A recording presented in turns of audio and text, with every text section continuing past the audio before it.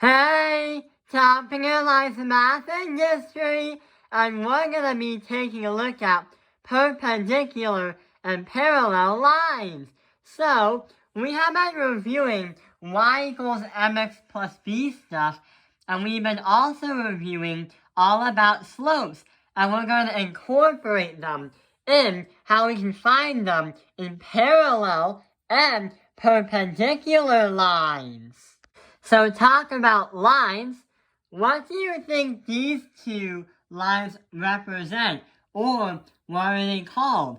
Yes, they're called parallel lines because these two lines are parallel together.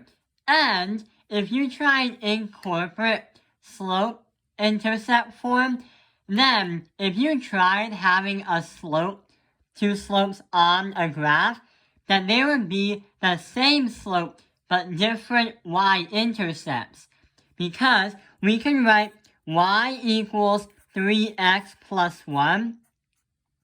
And we can also write y equals 3x plus 2. Even though these are two different y-intercept slopes or slope-intercept form, even though they're different, they're going to be the same slope, but they're going to start in a different position.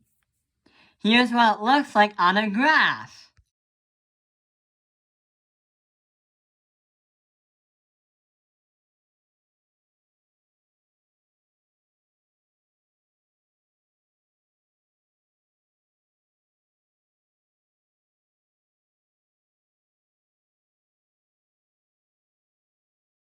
The two lines are basically the same slope because we have 3x here and another 3x here.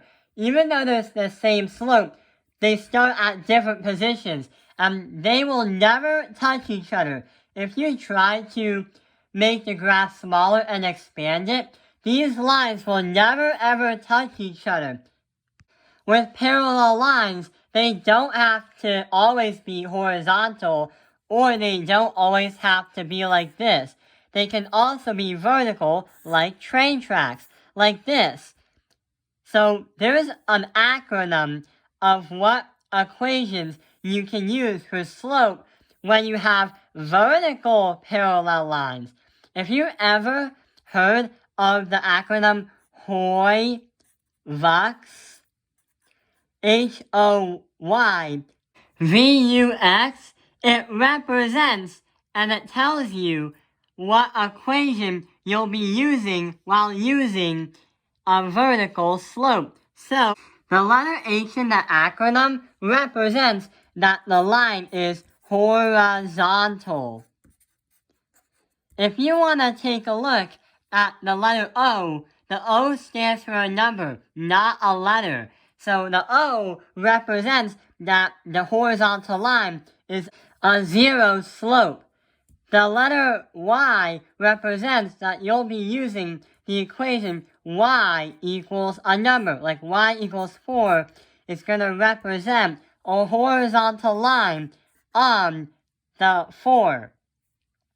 If you take a look at the letter VUX or VUX in the acronym, then that V is going to tell you that it's going to be a vertical line. If you look at the letter U, it tells you that the slope is actually undefined, which means that if you have a slope of 4 divided by 0, you can't divide by 0, and that will bring you undefined. So a vertical line is an undefined slope, and x means you're going to use the x variable in an equation, and that's going to equal a number. As x equals 5, on the number 5 of the x-axis, you're going to see a straight down vertical line. So that is the acronym for HOYVUX. And here is an example of parallel lines. Lines that never touch each other.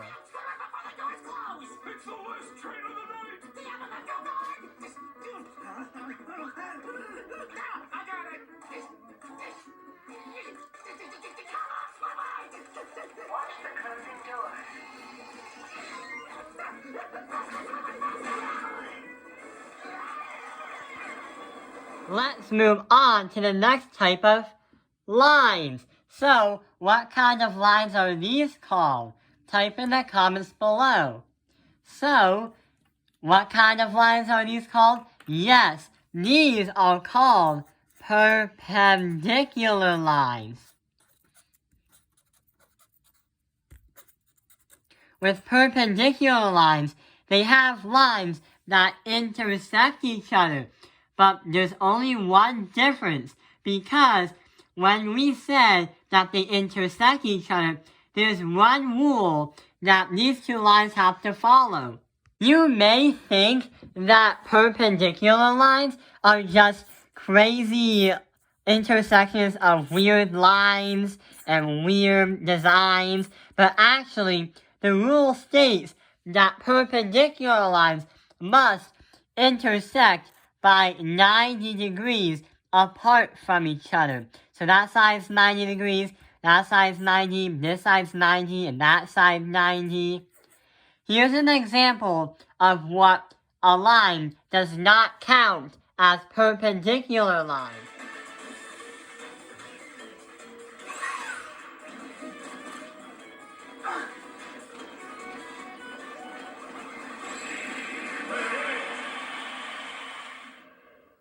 Lines that Bowser Jr. made are not perpendicular because they're not 90 degrees from each other.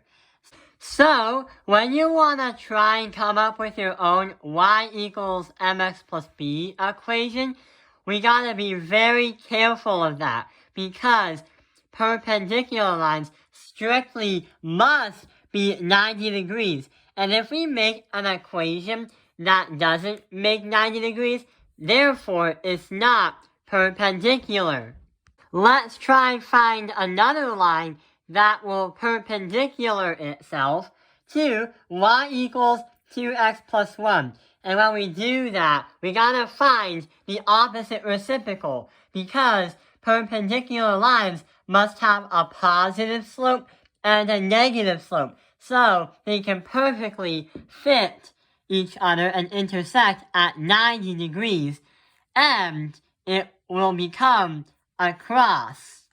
So let's try and find the opposite reciprocal of 7 as an example. So when we do that, when we use a reciprocal, when we divide by fractions like 2 over 1, divide that by 1 over 5, doing the reciprocal would mean you do 2 over 1, multiply it by 5 over 1. And 5 over 1 is actually flipped because you have division and multiplication, the opposite.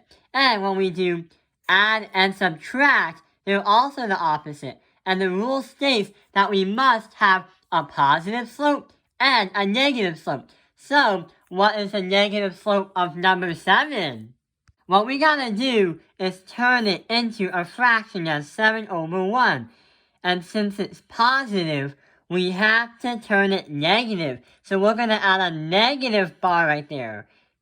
And when we do that, we're gonna have to flip the signs because it's called the reciprocal. So we're gonna be doing negative 1 over 7. That is the opposite reciprocal of 7. So let's try it on 2, because 2 represents our m, or our slope. So what's the opposite reciprocal of that? So when we do that, we're going to put the number 2 up here, and we're going to turn it into a fraction of 2 over 1. After that, we have to flip the signs because it's the reciprocal. So that will turn it into 1 over 2. And since it's positive, it will become a negative slope. And bam! There we have it. Negative 1 over 2 x. So that is our opposite reciprocal. Y is going to equal negative 1 over 2 x minus that by 1. So they're basically the same slope, but one is negative and one is positive. If we have a fraction of negative 3 over 2, if you want to find the opposite reciprocal of that, we have to flip the signs to 2 over 3, and since it's a negative, it now becomes a positive. Bam! There we go. So let's see if these two slopes are going to work as perpendicular lines, lines that intersect at 90 degrees.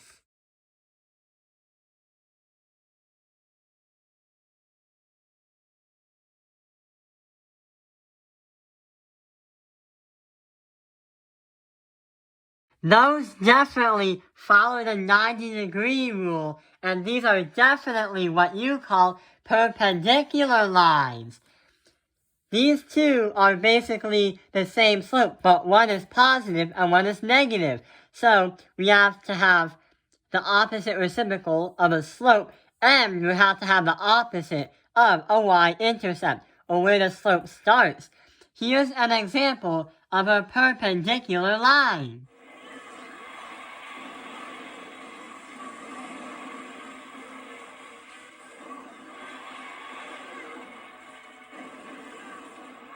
That was a great example in Smash Brothers.